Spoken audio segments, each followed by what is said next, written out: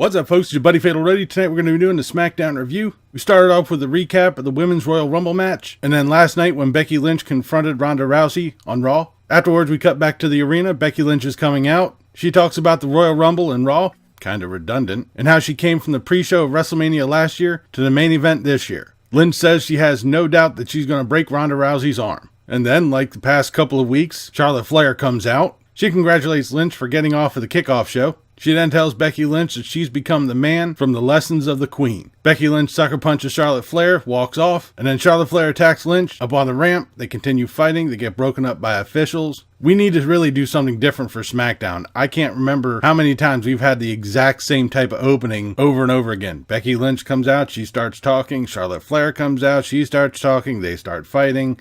We've done this I don't know how many times. We then come to our first match, R-Truth versus Shinsuke Nakamura for the United States title. Right off the bat, Nakamura attacks R-Truth. He tries to get some offense in, but Nakamura has most of it. In a rather surprise ending, and I actually had to rewind this just to make sure, R-Truth sneaked in a pin and is now the new United States champion. What? After the match, Rusev and Lana come out. Rusev is protesting R-Truth's winning the belt and then challenges him to a match. After a bunch of shoving between Carmella and Lana, then Rusev and R-Truth, we have our next match, Rusev versus R-Truth for United States title. This really was a waste. It was a quick match. R-Truth came out with the win. After the match, Shinsuke Nakamura attacks R-Truth, throws him back into the ring, and then Rusev and Nakamura continued the beatdown of R-Truth, giving him a Machka kick and a Kinshasa. We were then supposed to have Rey Mysterio versus Samoa Joe, but after Mysterio got into the ring, Zelina Vega came out, cut a promo on Mysterio, and then almost comes up from behind and attacks Mysterio, beats him down, and leaves him in the ring. As much as I think this is going to be a good match, thinking that it's going to be leading on to more matches with Mysterio and Almas, I will give it a little bit of leeway because the matches they've put on so far have actually been pretty good.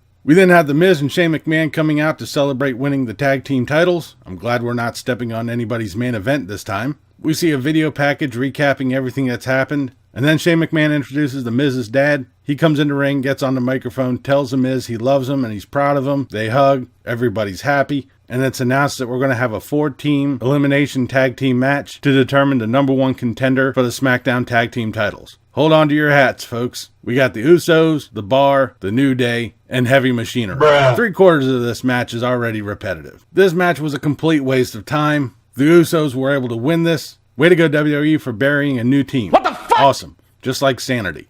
We probably won't be seeing Heavy Machinery for a couple of months now. We did have a backstage segment earlier where Mandy Rose and Sonya Deville declared that they're going to be entering into the tag team chase for the women's tag belts. I don't know why they're declaring when we had to have qualifying matches on Raw.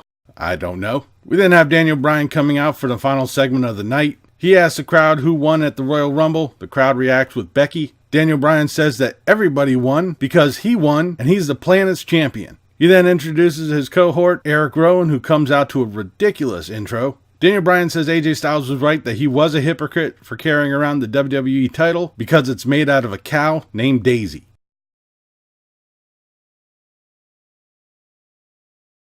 Daniel Bryan throws the belt in the trash and then introduces the new WWE title, which is made out of hemp.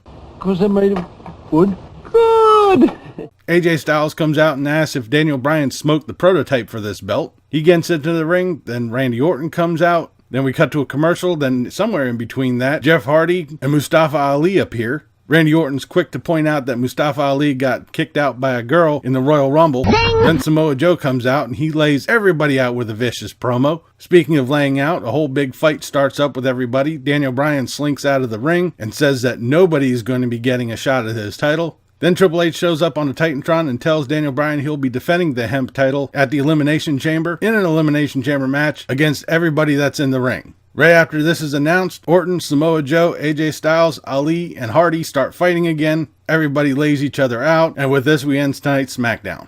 I'm honestly going to say this. Raw was better. Between the opening segment being completely repetitious of the past couple of weeks, the ending segment, the tag team segment, pretty much a good portion, I'd say about a good 3/4 of this whole night was junk. I mean, we could have redone the whole thing and it had been completely better. We totally buried out Heavy Machinery. There was a backstage segment where Gallows and Anderson challenged Shinsuke Nakamura and Rusev to a tag match. It sounded like it was going to be happening tonight, but it didn't happen. The only real high point in the night was R-Truth winning the U.S. title. in a match that just happened like that. I seriously think some of the writers from Raw sneaked over to SmackDown and started writing for them because they're starting to go a little bit downhill. But that'll do it for this episode of SmackDown Review. Leave a comment down below what you thought of tonight's SmackDown, what you thought of this video. If you liked it, please give me a thumbs up. Don't forget to share and subscribe. I've been Fatalroadie. You've been awesome. Thank you very much for watching. And remember, if it's too loud, you're too old.